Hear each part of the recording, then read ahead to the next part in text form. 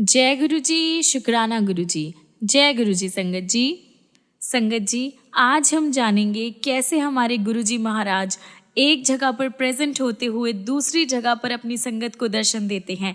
चाहे वो भारत हो, अमेरिका हो, ऑस्ट्रेलिया हो, कोई भी कंट्री हो संगत जी, गुरु जी की कोई लिमिट नहीं है। He is omni present. जय गुरु जी। संगत जी, आज हम जानेंगे कैसे हमारे गुरुजी महाराज एक जगह पर होते हुए दूसरी जगह पर अपनी संगत को ब्लेस करते हैं। चाहे वो इंडिया हो या इंडिया से बाहर, अमेरिका, ऑस्ट्रेलिया, कोई भी कंट्री हो। संगत जी, हमारे गुरुजी की कोई सीमा नहीं है, उनकी कोई लिमिट नहीं है। वो किसी भी इन चीज़ों से बंधे हुए नहीं हैं। He is omni present. जय गुरु जी। संगत जी, आगे बढ़ने से पहले आप अपने चैनल गुरुजी सत्संग वर्ल्ड को सब्सक्राइब कर लीजिए ताकि आपको ऐसे वीडियोस, ऐसे सत्संग रोज़ रोज़ सुनने को मिले। गुरुजी की ब्लेसिंग्स आपको मिलती रहे, क्योंकि गुरुजी का कहना था जो संगत सत्संग सुनती है और जो संगत सत्संग सुनाती है, दोनों का ही भला है। संगत जी, दोनों का ही भला है। गुरुजी दोनों को ही ब्लेस करते हैं। गुरुजी तो सत्संग सुनते सुनते भी इलाज कर देते हैं, सत्संग सुनाते सुनाते भी इलाज करवाते हैं।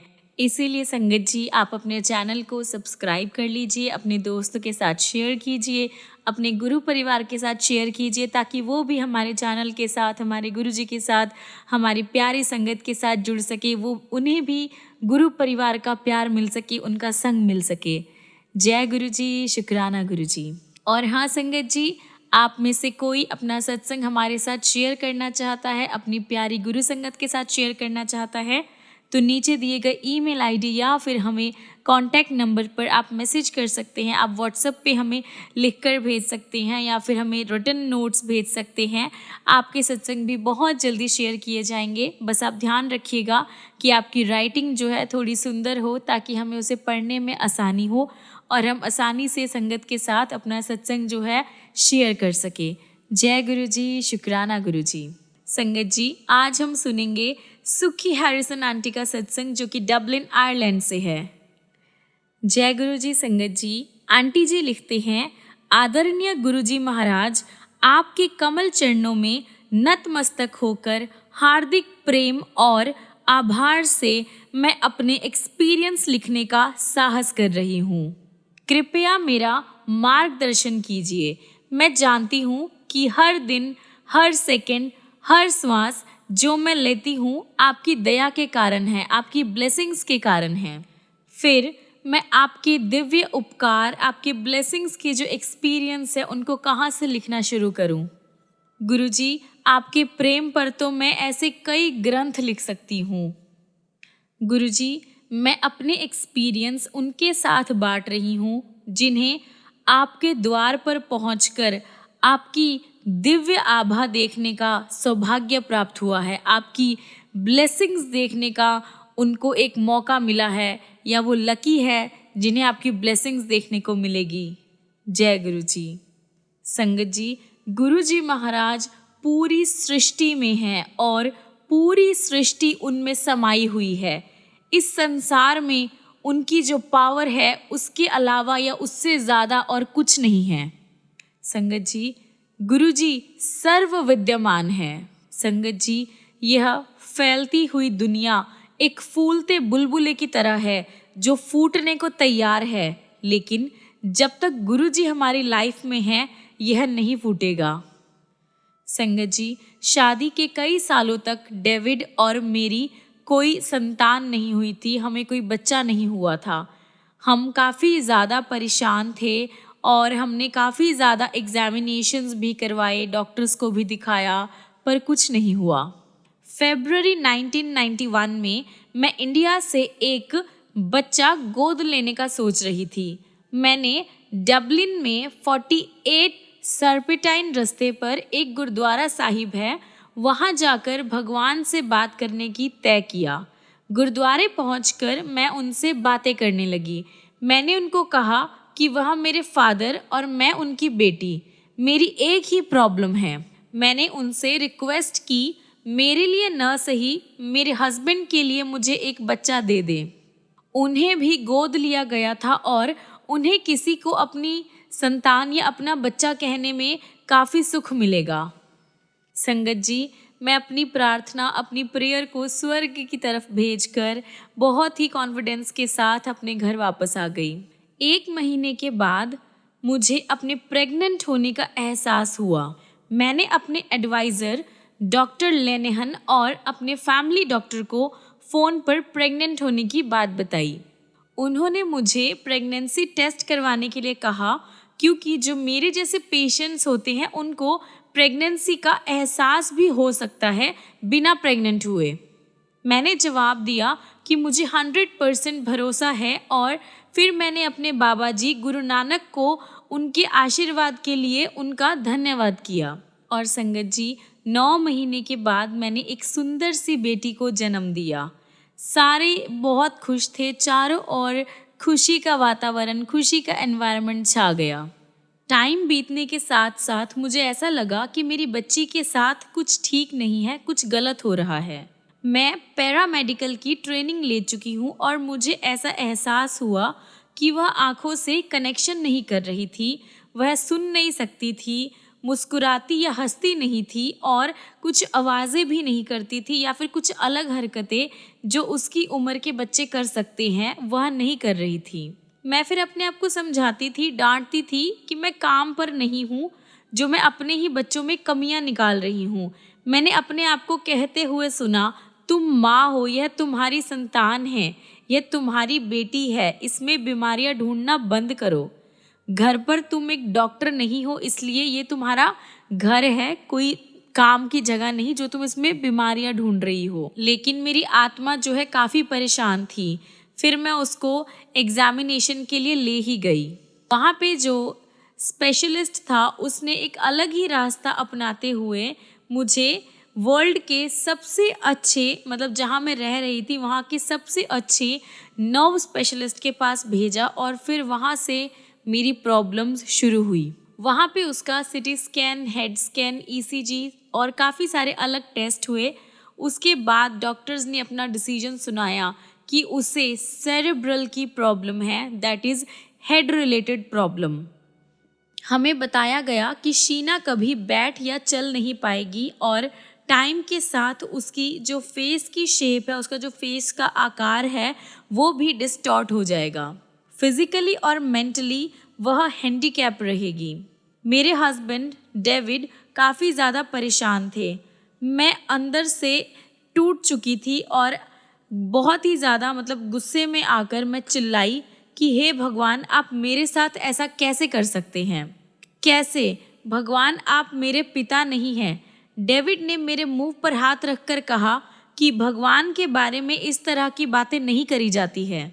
जितना पॉजिटिव होकर मेरे हस्बैंड कह सकते थे, उन्होंने कहा कि शीना ठीक हो जाएगी। मैं शीना को उठाकर घर वापस आ गई। मैं उस पागल औरत की तरह हो गई जिसे मसल डिसऑर्डर हो गया हो। मेरे मुंह पे आंसुओं की धारा रुक नहीं रही थी। मैं भगवान पर बहुत ज़्यादा गुस्सा हो रही थी और एंड में मैंने डेविड को पूजा रूम से जो ग्रंथ साहिब है बाहर निकालकर फेंकने के लिए कहा। मैं चिल्ला रही थी, इस दुनिया में कोई भगवान नहीं है। डेविड ने जवाब दिया, सुखी, अगर तुम भगवान को अपने जीवन से निकालना चाहती हो तो वह तुम्हारी इच्छा है। मुझे यह पाप करने के लिए मत कहो, मुझे अभी भी उसमें आस्था है। तो मैं गुरुद्वारे जा रही हूँ और बाद में लौटूंगी। इतना कहकर मैंने शीना को उठाया और चल पड़ी। मेरी बहन एमी हमें कार में गुरुद्वारे ले गई। मैंने शीना को गुरु ग्रंथ साहिब महाराज के निकट लिटाया और पागल बच्चे की भांति हरकतें करने लगी। मैंने सतगुरु से अपना बहुत ही गुस्से वाला जो एक फीलिंग थी वह प्रकट किया। आपने कहा था कि आप मेरे पिता हो, आप मुझसे प्रेम करोगे, मेरी रक्षा करोगे, मेरा ध्यान रखोगे। क्या इसे ध्यान रखना कहते हैं? आपने मुझे एक सुंदर सी बेटी देकर ये कैसा उसके साथ कर दिया कि वह अब शरीर से ना तो चल सकती है, ना वो अपने दिमाग से काम ले सकती है। आप ऐसा कैसे कर सकते हैं? मैं रोई जा रही थी और ज्ञानी जी ने सोचा कि मैं पागल हो रही हूँ। फिर मैंने कहा, हे भगवान, हे अकाल पुरुष, मैंने अपने सारे जीवन में आपको प्रेम किया है। अगर आप वास्तव में हैं, अगर आप सही में हैं, आप मुझे अपने अस्तित्व का प्रमाण देंगे। आप मुझे सुन रहे हैं? यदि आप ऐसा नहीं करेंगे तो मैं आपसे फिर कभी प्रेम नहीं करूँगी। मेरे लिए आपका कोई भी अस्तित्व नहीं रहेगा। मैं इस बच्ची से प्रेम करूँगी, इसका ध्यान रखूँगी और इसके लिए जो सही होगा वो करूँगी, लेकिन आपसे कभी प्रेम नहीं करूँगी। मेरा इतना कहना था कि शीना ने अपना नन्हा हाथ उठाकर मेरे गाल पर मारा। इस समय तक शीना के हाथ इतने कमज़ोर थे कि वह उसके चेस्ट पर ही रहते थे। मुझे उन्हें उठाकर उनकी एक्सरसाइज करवानी पड़ती थी क्योंकि वह खुद हिला नहीं पाती थी।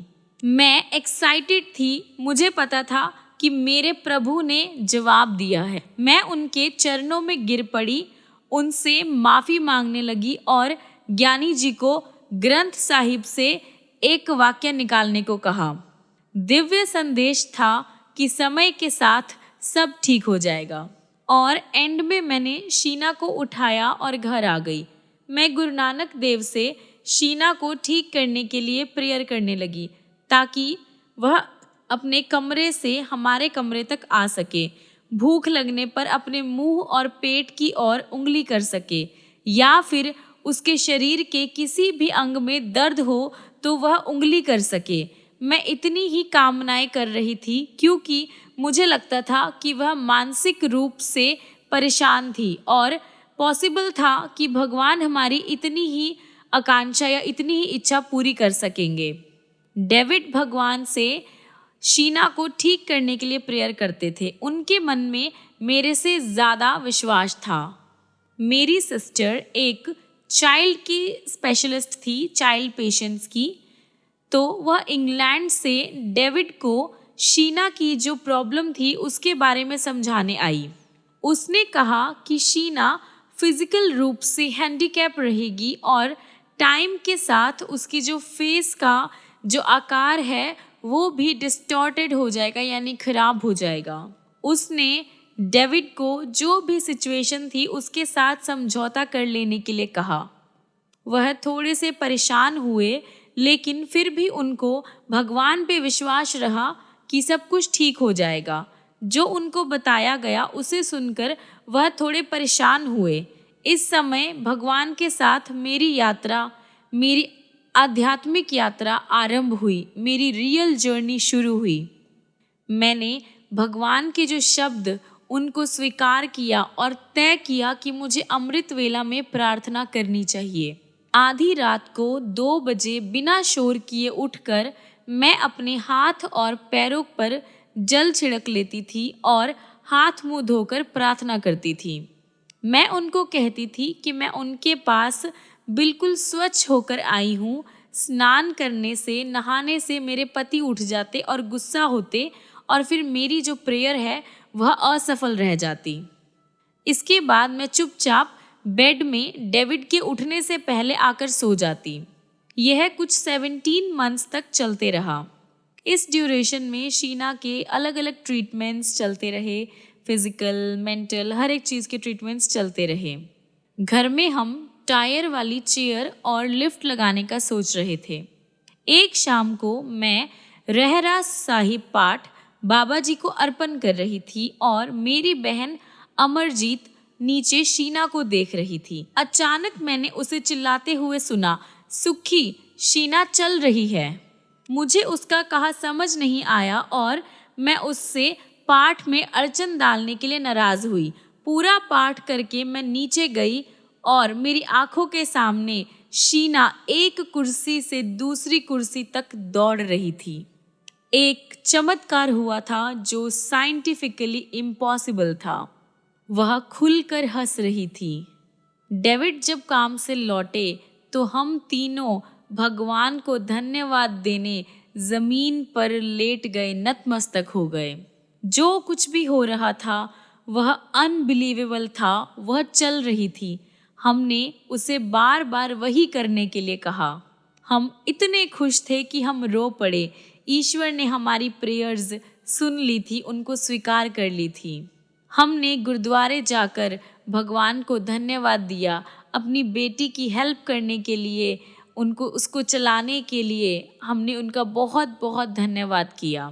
संगत जी, प्राचीन काल से चली आ रही तप कर वरदान मांगने की जो प्रथा थी, जो रिचुअल थी, उसको मैंने पा लिया था। उस दिन से मैंने बाबा जी के रूम में जोत जलाना शुरू कर दिया और उसके द्वार उनके दर्शन की जो एक अभिलाषा, जो एक इच्छा थी, वो भी मैंने जताई। ये मेरे प्रेम की जोत थी संगत जी। जीवन बीत रहा था। अचानक 1995 में मेरी माँ बीमार हो गई। उनका ब्लड फ्लो काफ़ी ज़्यादा तेज़ी से हो रहा था और डॉक्टर्स ने कहा कि अबॉर्शन के थ्रू उनका यूट्रस निकालना पड़ेगा। पैरामेडिकल में ट्रेंड होने के कारण मेरी माँ ने मुझे घर आकर उनकी हेल्प करने के लिए कहा।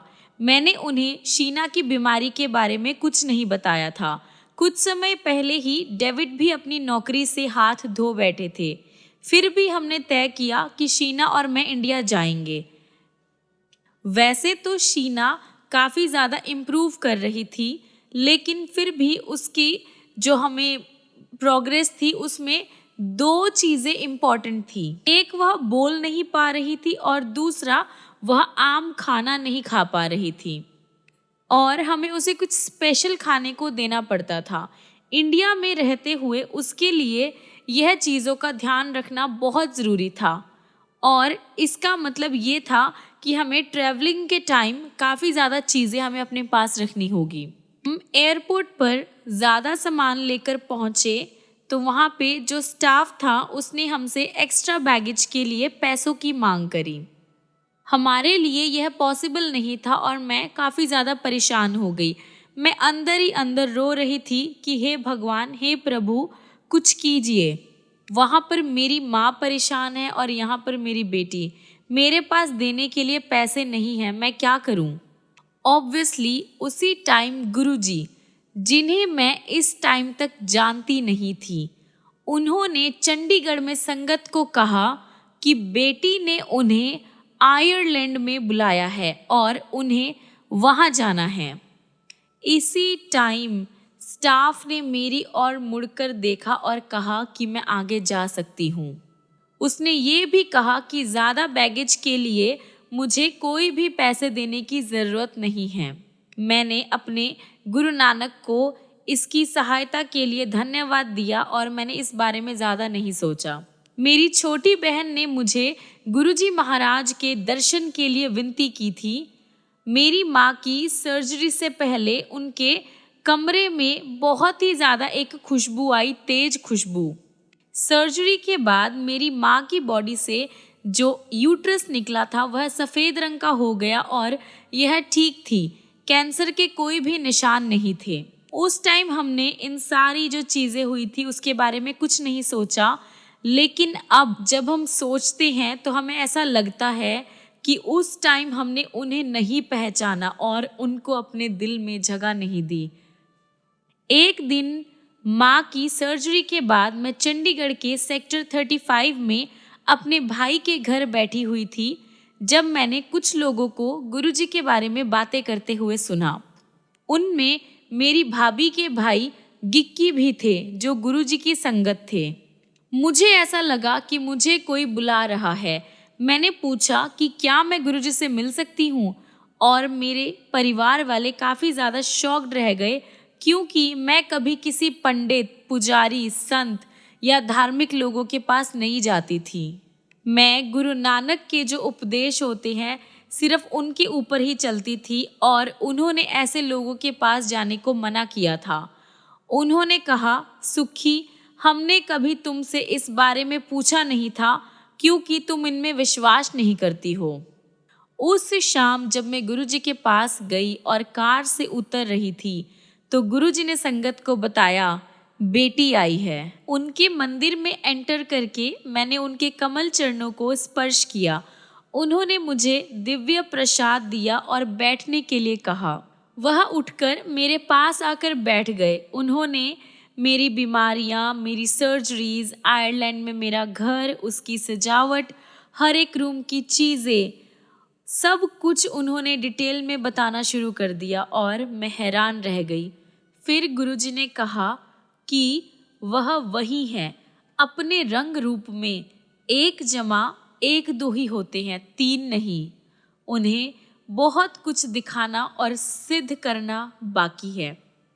मेरे साथ बैठी एक लेडी ने मुझे कहा, गुरुजी ने उन्हें बताया था कि मैंने ईश्वर के द्वार पे इतनी जोर से दस्तक दी थी, इतनी जोर से खटखटाया था कि मेरी बेटी ठीक हो गई। इसलिए मुझे गुरुजी का आभारी होना चाहिए। संगत जी, स्टन्ड होने के साथ साथ मैं काफ़ी ज़्यादा विस्मित थी, मैं एस्टोनिश्ड भी थी कि यह तो ईश्वर और मेरी आपस की बात थी।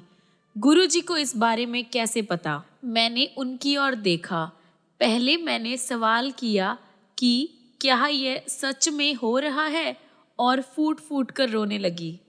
किसी भी इंसान या दिव्य पुरुष के लिए मेरे और परमात्मा के साथ आपस में हुई बातों का पता नहीं लग सकता था। यानी मैं अमृत वेला में उठकर अपनी बेटी की हेल्थ के लिए प्रेयर करती थी। मैंने मन ही मन गुरुजी से सवाल किया, आप कौन हैं? क्या आप वही है जो मैं सोच रही हूँ? एक काफ़ी तेज डैज़लिंग ऑरा उसने मुझे और पूरे रूम को घेर लिया। मैं उनके चरणों में गिर पड़ी और बार बार कहने लगी, क्या आप वही हैं जो मेरे मन में हैं? और फिर मैंने कहा, हे सर्व विद्यमान प्रभु, मेरी बेटी को ठीक करने के लिए आपका हार्दिक धन्यवाद। उसकी मुस्कुराहट कितनी सुंदर थी। उस मुस्कुराहट से भगवान के साथ एक रिलेशन बन गया था। उनकी आंखें संसार से नाम मात्र के संबंध का संकेत देती हुई आधी खुली हुई थी और अपने अंतर्ज्ञान से एक रिलेशन बनाती हुई आधी बंद थी। फिर मैंने माफ़ी मांगी और पूरी संगत को देखने के लिए पीछे जाकर बैठ गई। मैंने अपने आसपास बैठे हुए लोगों से गुरुजी के बारे में अपने निजी एक्सपीरियंसेस कहने के लिए विनती करी। जो कुछ मैंने सुना यह बिल्कुल मेरे नाना जी और पवित्र बुक्स और गुरु ग्रंथ साहिब की सीख के बिल्कुल अनुरूप था, उसके जैसा ही था। मेरी राय में गुरुजी गुरु नानक समान हैं। जैसे ही मैंने ये सोचा, गुरुजी ने मुझे आगे बुलाया और कहा कि सुखी, तुम्हें आने वाली बैसाखी हमेशा याद रहेगी। मेरे लिए बैसाखी का मतलब सिर्फ फसल काटने का समय होता है। गुरुजी के चारों ओर मुझे गुलाब और लेवेंडर फूलों की खुशबू आने लगी। लोगों ने मुझे गुरुजी के पैर और हाथ सूंघने के लिए कहा। वह उसी सुगंध से भरे हुए हैं। उनके चरणों को छूते ही मेरे हाथ उस खुशबू से भर गए। मैं काफ़ी ज़्यादा शॉक्ड रह गई। गुरुजी ने मेरी ओर मुड़कर कहा, बेटी, ये अमृत है। उसी टाइम वह मेरे आसपास जो लोग प्रेजेंट थे उनका इलाज कर रहे थे, और जैसे ही कई लोग ठीक हो रहे थे वह मुस्कुराते थे। जैसे भी कोई ठीक होता था वैसे ही वह मुस्कुराते थे। रात खत्म होने पे मैंने अपना सिर उनके कमल चरणों में रख दिया। जब सिर उठाकर मैंने उनकी आंखों में देखा तो उनके आंखों से दो किरणें निकलकर मेरी ओर आई। उनमें सितारे भरे हुए थे। मुझे आभास हुआ कि वह कौन है। बचपन से मुझे लगता था कि भगवान मेरे पास किरणों के रास्ते से आएंगे और वह सितारों से भरी होगी। घर चलते हुए गुरुजी ने मुझे अगले दिन शीना को लाने के लिए कहा। मैंने जवाब दिया कि यह मुश्किल होगा क्योंकि वह कुछ नहीं खाएगी, लोग उसको घूरेंगे, और एंड में ये भी कह दिया कि मैं उनके निर्देशों का पालन करूंगी। अगले दिन मैं शीना को लेकर गुरुजी के पास आई। जब हम सेक्टर 33 में गुरुजी के मंदिर की ओर जा रहे थे, शीना मेरा हाथ छोड़कर गुरुजी की ओर भागी। वह उनके कमल चरणों में नतमस्तक हुई और बोली, वाहे गुरु। मेरी बच्ची पहली बार बोली थी। मेरी आंखों में आंसू आ गए। गुरुजी ने शीना को ले जाकर लंगर करवाने को कहा। मैं उसको लंगर हॉल में ले गई और उसके मुंह में चपाती का एक छोटा सा टुकड़ा डाला जो वह खा नहीं सकी। जब हम गुरुजी के पास वापस आए तो उन्होंने पूछा कि क्या उसने कुछ खाया है। मैंने मना किया। वह बोले कि मैंने उसके मुंह में एक छोटा सा टुकड़ा ही डाला था। उस दिन से मेरी बेटी को कोई प्रॉब्लम नहीं है। भगवान के द्वार पे, भगवान के दर पे सब कुछ मिल गया था। सुबह सुबह गुरुजी सुखना झील के किनारे घूमने जाया करते थे। कार में से उनके पैर निकलते ही दूर दूर तक, जहाँ तक दृष्टि जाती थी, मोर जोर जोर से गाने लगते थे। गुरुजी झील के किनारे चलते थे, लेकिन उनके आगे बढ़ते हुए पैर जमीन को नहीं छूते थे। बैसाखी के दिन गुरुजी संगत के कुछ सदस्यों के साथ मुझे भी गुरु सवारी बनाकर ले गए। अचानक एनवायरनमेंट चेंज हो गया। गुरुजी ने मुझे कहा, सुखी देख कौन आए हैं, सुखी देख कौन आए हैं। कार के शीशे से मैंने गुरु नानक देव जी और शिव जी को देखा। मैंने फिर देखा और अपने आप को चुटकी मारी, यह देखने के लिए कि गुरु जी ने मेरे ऊपर कोई जादू तो नहीं किया था। मुझे पता है कि मैंने उस दिन गुरु जी के साथ क्या देखा। मैं गुरु नानक को दर्शन देने के लिए धन्यवाद करती हूँ, और उससे भी ज़्यादा मेरी बेटी को न्यू लाइफ देने के लिए। मैंने यह ड्रीम में भी नहीं सोचा था कि मेरी प्रेम ज्योत से इस जन्म में मुझे बाबा जी के दर्शन हो जाएंगे। प्रसन्नता और प्रेम से पागल होकर मैं सबको गुरु जी के बारे में बताना चाहती थी, और अभी भी वही कर रही हूँ। मुझे आशा है कि यह पढ़ने वाले भी सोच रहे होंगे, यह कौन है, गुरुजी कौन है। वह ईश्वर है और हमारी रक्षा करने आए हैं। उस दिन शाम को बैसाखी का फंक्शन था। कुछ संगत से गुरुजी ने मेरे बारे में पूछा। मैं घर पर थी। उनका असली स्वरूप, असली अस्तित्व जानने के बाद मैं उनका सामना करने का जो साहस था वह नहीं जुटा पा रही थी, और एंड में मुझे बुलाया गया और मेरे पहुंचने पर मेरे पर प्रेम की वर्षा करी गई। मैं प्रिय प्रभु की आत्मा को देखना चाहती थी। बैसाखी के एक दिन बाद गुरुजी ने मुझे कुछ मांगने के लिए कहा। मैंने जवाब दिया कि आपने मुझे सब कुछ दे दिया है, मैं ही आपको पहचान नहीं पा रही थी। उनके फिर से कहने पर मैंने उनसे अपनी बहन अमरजीत को ठीक करने के लिए कहा, जो गठिए से परेशान थी। एमी को अपनी पीड़ा के कारण काम करने में प्रॉब्लम होती थी। मेडिसिन्स के साथ वह अपनी कलाई पर इंजेक्शन भी लेती थी। गुरुजी ने उसका फोटो लाने के लिए कहा। उन्होंने भविष्यवाणी करी कि वह मुझे फ़ोन करेगी और मैं उसको सब मेडिसिन्स फेंकने के लिए और अब वह ठीक है ऐसा कहूँ। टाइम के साथ पता लगा कि गुरुजी ने यहाँ भारत में बैठे हुए उसे आयरलैंड में ठीक कर दिया था। अगले साल अपना आभार प्रकट करने वह गुरुजी के पास आई थी। एक और घटना हुई। एक दिन गुरुजी ने कहा कि डेविड मुझे फ़ोन करेंगे और मैं उनको कहूँ कि फ्रिज काम नहीं कर रहा है और उसमें भोजन, खाना जो है वो सड़ रहा है। वास्तव में उनका फ़ोन आया और मैंने गुरुजी की कही हुई बात बताई, लेकिन उन्होंने कहा कि वह घर पर ही है और फ्रिज ठीक काम कर रहा है। जब मैंने वापस जाकर देखा तो उसका फ्रीज़र खराब हो गया था और उसमें खाना सड़ चुका था। जय गुरुजी संगत जी। गुरुजी की कृपा से सुखी आंटी जी का सत्संग बहुत ही लंबा और बहुत ही गहरा है, इसलिए ये पूरा सत्संग आज की एक वीडियो में नहीं आ पाएगा। तो इसलिए हम इस सत्संग को 2 पार्ट्स में डिवाइड कर रहे हैं। ये आज का फर्स्ट पार्ट है जिसको हम यहीं पर विराम देना चाहेंगे, और सेकंड पार्ट को हम कल कंटिन्यू करेंगे। तो आप सब कल भी सुबह 10 बजे पूरे इस सत्संग को सुनना ना भूलिएगा। जय गुरु जी। आइए संगत जी, अब हम अपने गुरु जी का मंत्र जाप करते हैं। ओम नमः शिवाय, शिव जी सदा सहाय।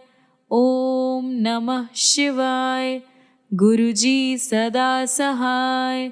ओम नमः शिवाय, शिव जी सदा सहाय।